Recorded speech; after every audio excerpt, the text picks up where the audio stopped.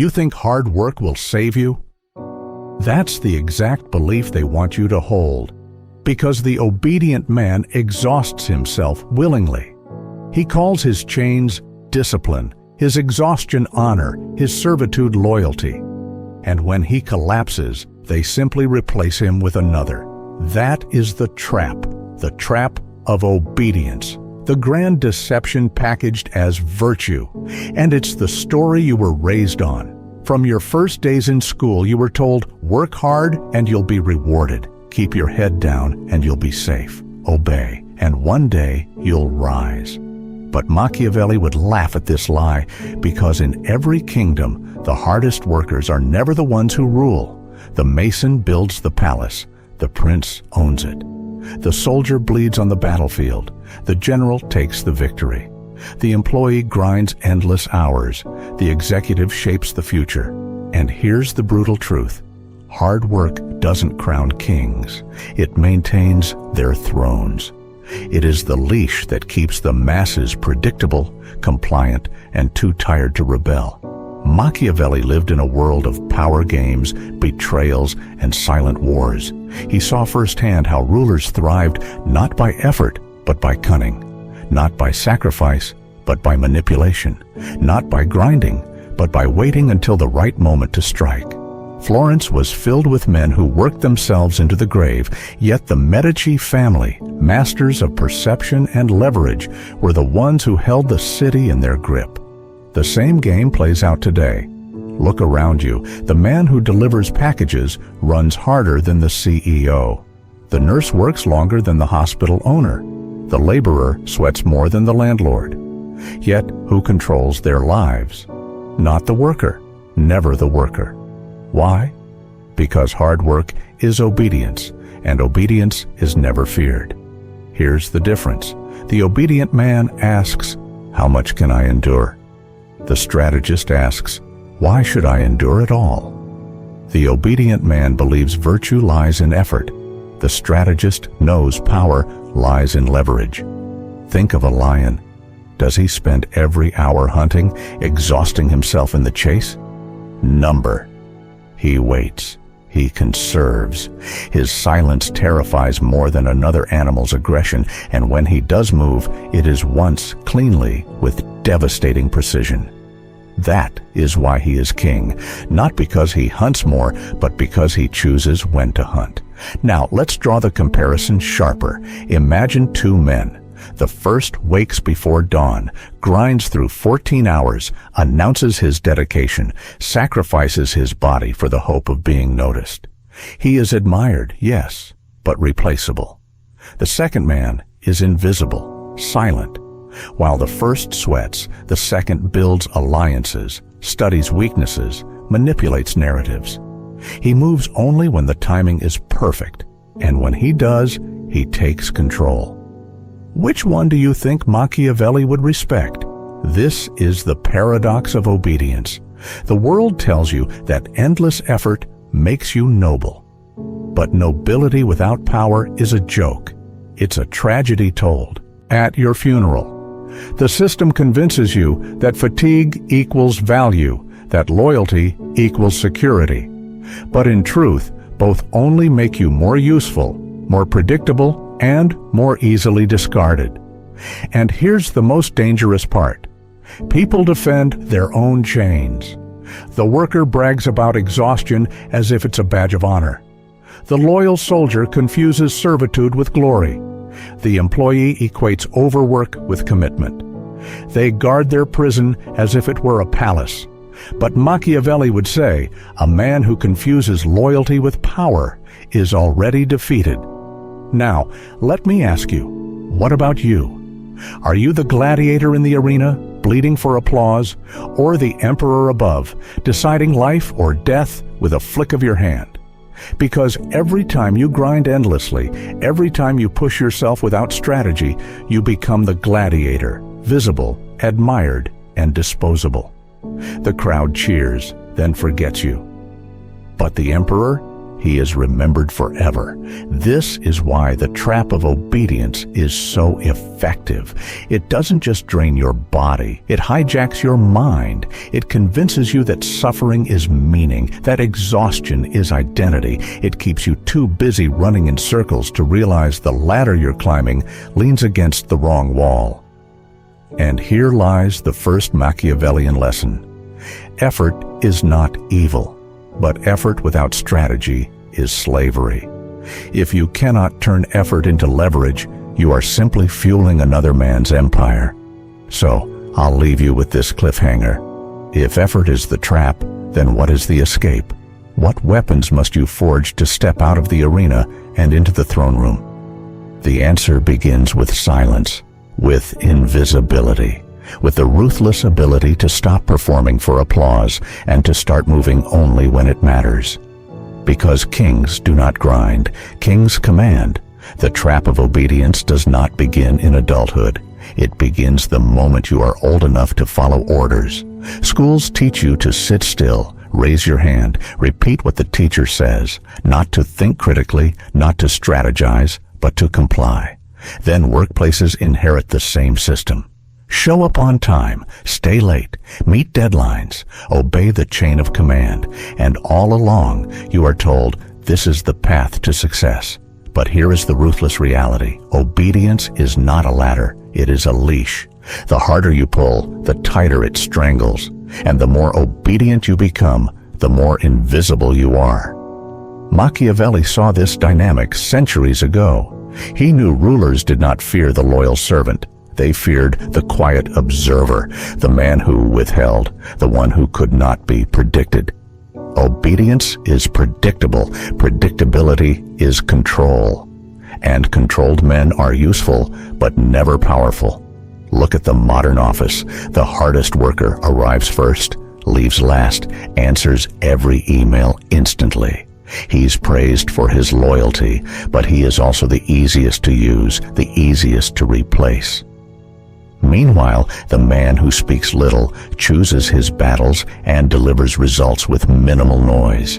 That man is whispered about. That man is watched.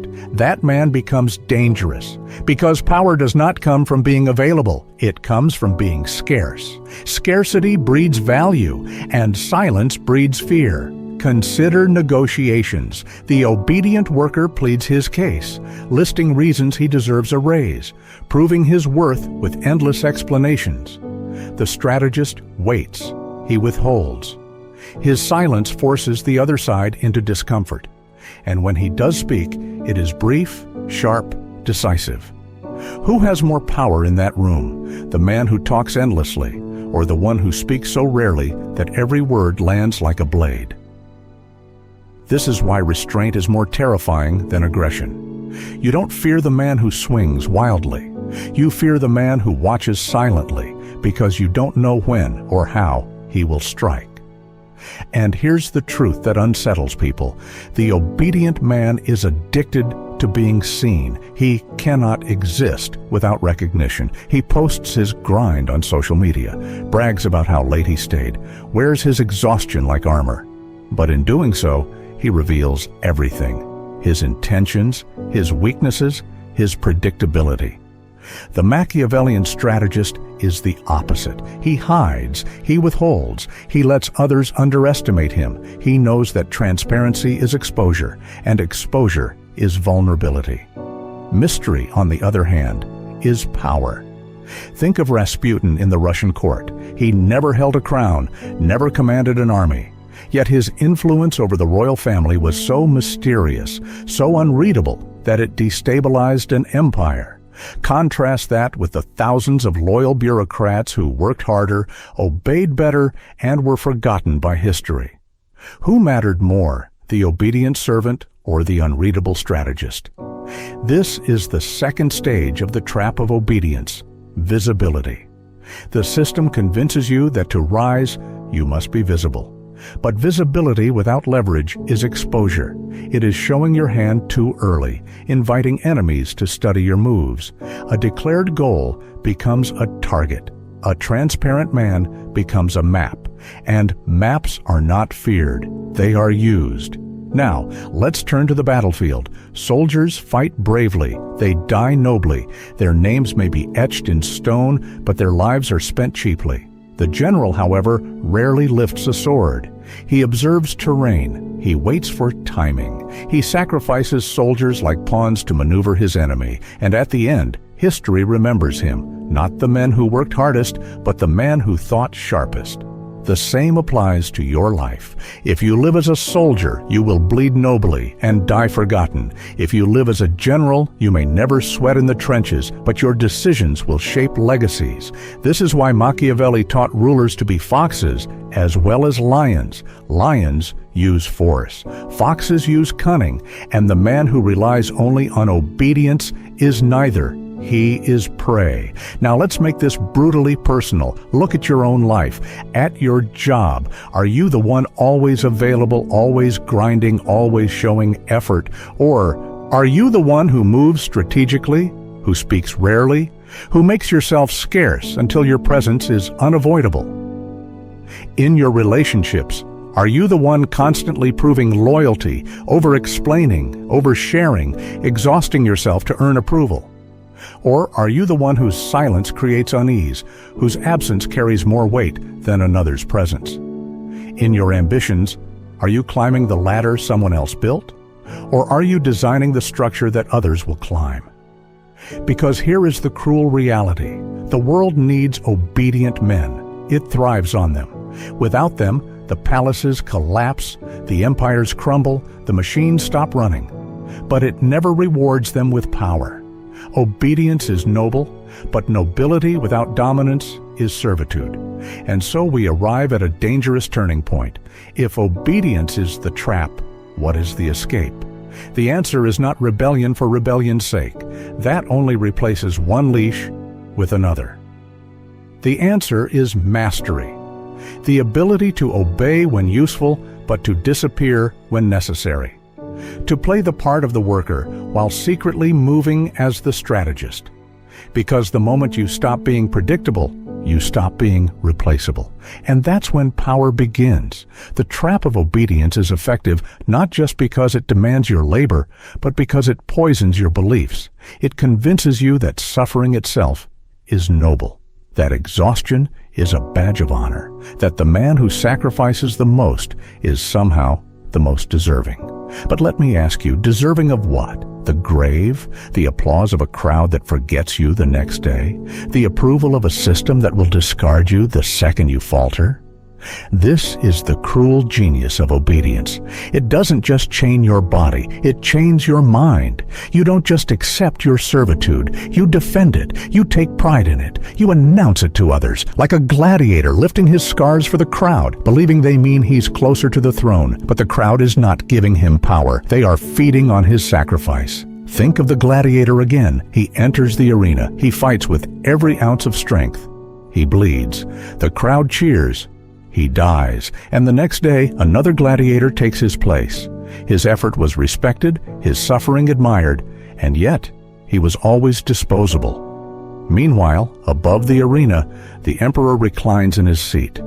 He lifts a thumb, and the fate of men is sealed. He exerts no sweat, no struggle, no sacrifice, and yet he commands life and death. This is the Machiavellian contrast.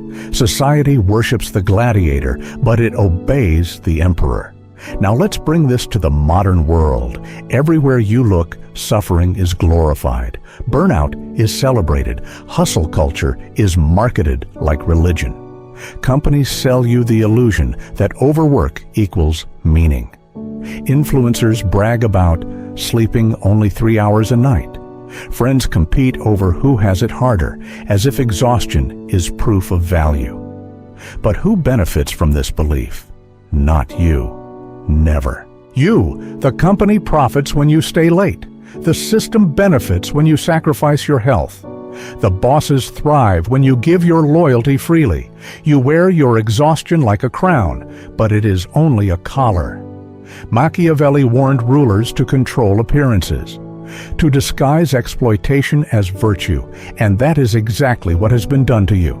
The glorification of hard work is not a moral truth. It is a political strategy.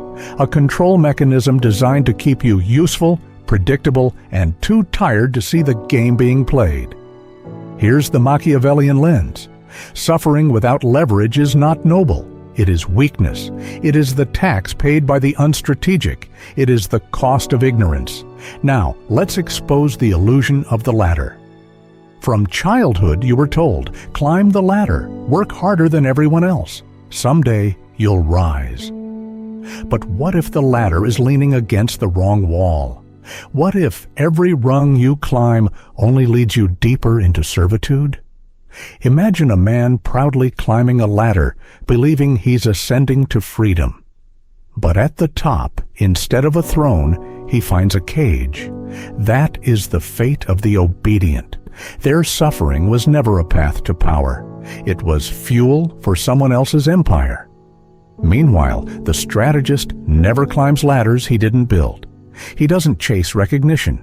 He doesn't bleed for applause. He designs the structure itself. He sells the ladder to the climbers. He profits while others exhaust themselves. This is why the suffering worker never wins. He mistakes endurance for discipline, but real discipline is not about doing more. It is about knowing when to stop, knowing when silence is more powerful than speech, knowing when stillness is more terrifying than movement.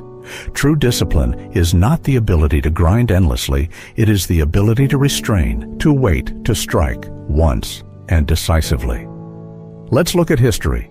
The wealthiest men were rarely the ones who worked the hardest. Rockefeller did not rise by swinging a hammer in the oil fields. He rose by controlling the flow of oil itself. The emperors of Rome didn't bleed on the battlefield. They controlled the legions with commands. Even the kings of Florence, the Medici, didn't toil in shops. They controlled credit, perception, and alliances. Meanwhile, countless loyal servants died believing their suffering made them valuable. History does not remember them. And so, we come to a darker truth. The world does not care how much you suffer. It does not care how hard you work. It only remembers who controlled the narrative, who owned the leverage, who decided when to strike. This is why Machiavelli insisted that rulers must learn not only to appear virtuous, but also to know when to abandon virtue. Because suffering for its own sake is not virtue. It is obedience dressed in robes of nobility. Now let's make this personal again. Look at your own life. Do you mistake fatigue for progress? Do you confuse loyalty with security? Do you believe that if you just endure long enough, someone will notice and reward you? If so, you are still in the trap. You are still the gladiator, bleeding nobly while someone else profits. But you don't have to stay there. The escape begins when you reject the lie, when you stop seeking applause for your suffering, when you stop equating effort with worth, when you stop performing obedience and start cultivating power. Because the truth is this: the world does not reward the hardest worker in the room. It rewards the one who changes the room entirely. And so, here's the cliffhanger I'll leave you with.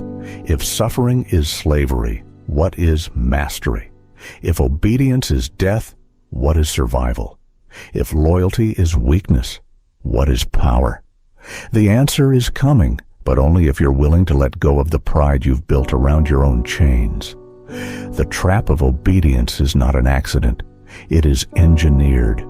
Rulers, whether kings, corporations, or politicians, have always known that the most efficient slave is the one who believes he is free, and the most profitable worker is the one who confuses obedience for honor. Look at corporations. They don't just demand your labor, they cultivate your loyalty. They hand out shiny plaques for Employee of the Month. They give you pizza parties after crushing deadlines. They call you family while keeping you disposable. And when you collapse from burnout, you are replaced before the chair cools. The hardest workers are praised, but praise is not power. Praise is the leash that keeps you grinding, because if they can feed you enough applause, you'll never realize that your sweat fuels their empire, not yours. Now turn to politics. Leaders thrive on obedient citizens. They sell you narratives of sacrifice. Work harder for your country. Pay more taxes for the greater good. Obey the laws without question. They glorify the soldier who dies for his nation, while the politician who sent him to war lives comfortably behind walls of power. And here is the Machiavellian lens. Rulers do not waste time being noble. They weaponize nobility in others. They disguise control as duty. They turn your obedience into their security. History is filled with this trick. The Roman Empire glorified the legionary sacrifice, but the emperors rarely fought in the mud. The French monarchy convinced peasants that their suffering was ordained by God. Modern governments convince citizens that endless work fuels growth, while the elite pocket the harvest. The truth is timeless. The obedient man is necessary, but never dangerous. He is respected, but never feared, and power never belongs to the respected. It belongs to the feared. Now let's dig deeper. Why is obedience so profitable for rulers? Because obedience creates predictability. Predictable men don't rebel. Predictable men don't innovate. Predictable men don't strike at the system. They simply perform their part endlessly. But unpredictability, that terrifies rulers. That is why Machiavelli advised princes to conceal their intentions, to keep allies and enemies alike uncertain, because uncertainty is power. So how do you flip the script? How do you escape being the obedient worker and step into the role of strategist? First, by mastering perception. Stop thinking the truth will save you. The truth rarely matters. Perception matters. Workers announce their effort, hoping someone will notice. Strategists engineer appearances, so people assume their power without needing proof. Which one holds more leverage? Second, by cultivating scarcity. The obedient man is always available. He replies instantly, attends every meeting, takes every call. But constant availability is cheap. Scarcity, however, breeds value. The man who speaks rarely is listened to. The man who withholds is pursued. The man who disappears creates unease. Scarcity is not laziness. It is leverage. Third, by weaponizing silence. Obedient men overshare. They explain themselves, justify themselves, announce their goals. But every word you speak gives your enemies ammunition. Silence, on the other hand, breeds confusion, and confusion is a weapon. The unreadable man is untouchable. Now let's see how this plays out in the arenas of modern life. In business, the worker slaves for overtime. The strategist builds systems so others work for him. The worker begs for promotions. The strategist makes himself indispensable so promotions chase him. In politics, the citizen obeys laws blindly. The strategist interprets laws, bends them, exploits loopholes, and uses them against rivals. In relationships, the obedient partner exhausts himself proving loyalty. The strategist cultivates mystery, restraint, and presence, creating gravity instead of dependence. And here's the irony. Society will call the strategist selfish, cold, even manipulative. But Machiavelli would call him what he truly is, free. Because the obedient man may be loved, but he is never in control. The strategist may not be loved, but he is always respected, if not feared. Let me give you one ruthless example. Consider social media. Millions of people pour hours into it, posting every detail of their lives, seeking validation. They grind for likes, chase comments, bleed their privacy for applause. They are the gladiators of the digital age, fighting endlessly in an arena built by someone else. And above them, the platform owners, invisible, silent, profiting from every drop of blood spilled. Do you see the Machiavellian lesson? The gladiator suffers for attention. The emperor profits from the suffering. So ask yourself, are you the performer or the architect of the stage? Because the world doesn't reward the one who works hardest inside the system. It rewards the one who creates the system. And here's the cliffhanger. Once you stop obeying blindly, once you begin to step back, to grow silent, to cultivate scarcity, you will feel fear. The fear of being unseen. The fear of losing applause. The fear of silence. But if you can endure that fear, if you can master it, you will become something terrifying to the obedient, unpredictable, and unpredictability is where power begins. The trap of obedience has been exposed. You now see how society glorifies suffering, how rulers profit from your labor, how corporations disguise control as loyalty, and how obedience keeps you predictable, replaceable, and harmless. But knowing this is not enough. Knowledge without transformation is just another form of obedience. The real question is, what will you do with it? Machiavelli would not waste time admiring your effort. He would ask, are you feared? Are you respected? Are you in control? Because if you are not, then you are still a worker in someone else's empire. Let's sharpen the lessons into ruthless clarity. First, stop chasing applause. Applause is a leash. Every time you measure your worth by recognition, you place your identity in the hands of others. You become a performer, not a ruler. The gladiator hears the roar of the crowd and mistakes it for power, but it is only noise. The emperor hears silence, and yet his presence alone dictates life and death. Which one are you seeking, noise or control? Second, master invisibility. The obedient man believes visibility equals progress. He overshares, overworks, overexplains, but every move he reveals becomes a target. The strategist disappears, moves in shadows, and reveals nothing until the strike is unavoidable. Invisibility is not irrelevance, it is insulation. It is the shield that makes you untouchable. Third, cultivate leverage. Labor is linear. Leverage is exponential. One man swinging a hammer builds a wall. One man who owns the quarry controls the city. The obedient trade sweat for wages. The strategist uses silence, scarcity, and timing to turn one move into 10 results. Leverage is not about more, it is about multiplying less. Fourth, embrace restraint. The obedient man confuses endless effort with discipline. But true discipline is knowing when not to move. It is choosing patience over panic. It is saying no to noise so that your yes becomes thunder. The general wins not by fighting every battle, but by choosing the one battle that ends the war. Fifth, redefine power. Power is not the ability to work harder. Power is the ability to decide who works, how they work, and whether they matter. Power is not about being admired, it is about being unavoidable. The world forgets the worker. It fears the strategist.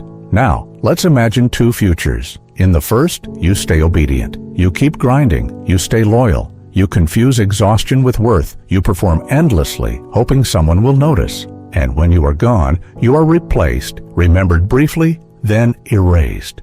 Your life becomes fuel for someone else's story. In the second, you break the pattern. You grow silent. You withhold. You choose invisibility. You cultivate leverage. You make yourself scarce. And then, when the time is right, you strike once, decisively. You do not beg for recognition. You command it.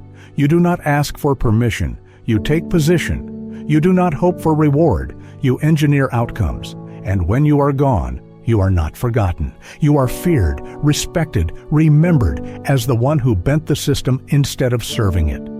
Which future will you choose? This is the fork in the road, and most men will choose comfort. They will cling to the pride of obedience because it feels safe.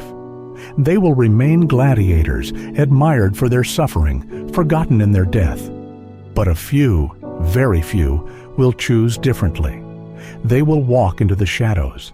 They will abandon the addiction to applause. They will train in silence, cultivate leverage, and wait. And when they return, they will not beg to be seen. They will arrive as storms, unavoidable, undeniable, untouchable. Machiavelli wrote that, men are driven by two principal impulses, either by love or by fear. The obedient man is driven by the need to be loved. The strategist is driven by the desire to be feared. Love is fragile. Fear is permanent. Choose wisely. And so, I'll leave you with this. Do not measure yourself by how much you endure. Measure yourself by how much you control. Do not pride yourself on how loudly you grind. Pride yourself on how quietly you bend others to your will. Do not aspire to be the hardest worker in the room. Aspire to be the one who built the room and decides who enters it. Because in the end, the world does not remember the gladiator who bled the most. It remembers the emperor who ruled without ever raising a sword. Now it's your turn. Write in the comments, "I choose leverage over labor," not as a phrase, but as a declaration. Let it be the moment you step out of the trap of obedience and into the ruthless stillness of mastery. This channel, Ruthless Psychology, is not for the obedient. It is for the dangerous, for the unreadable, for the ones who will no longer confuse exhaustion with greatness. Subscribe now, not to be entertained, but to be sharpened, to become one of the few who will never again mistake loyalty for power or obedience for survival. Because kings are not remembered for how hard they worked. They are remembered for how completely they ruled. And if you dare to embrace that truth, you will never be a worker again.